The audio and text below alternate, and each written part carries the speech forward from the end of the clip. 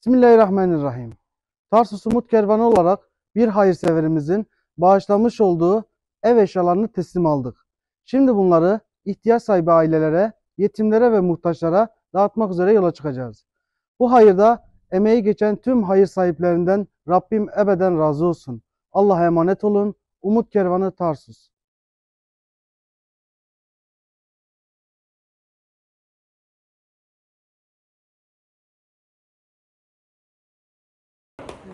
Hangi şu okuyor biliyor musun? Yok, benzerin oradan geçiyor, ileri gidiyor.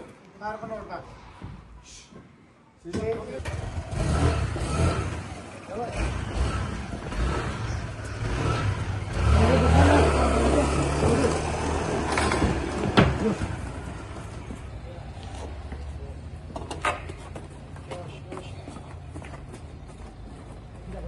Yoksa git koy.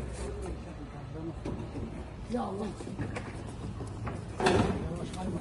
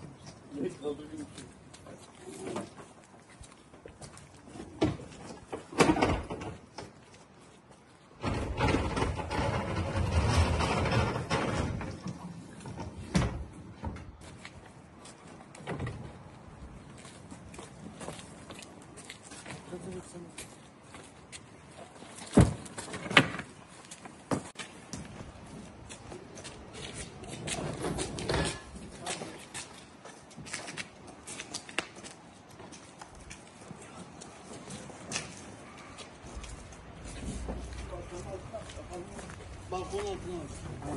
Olmaz, bir katarak yok.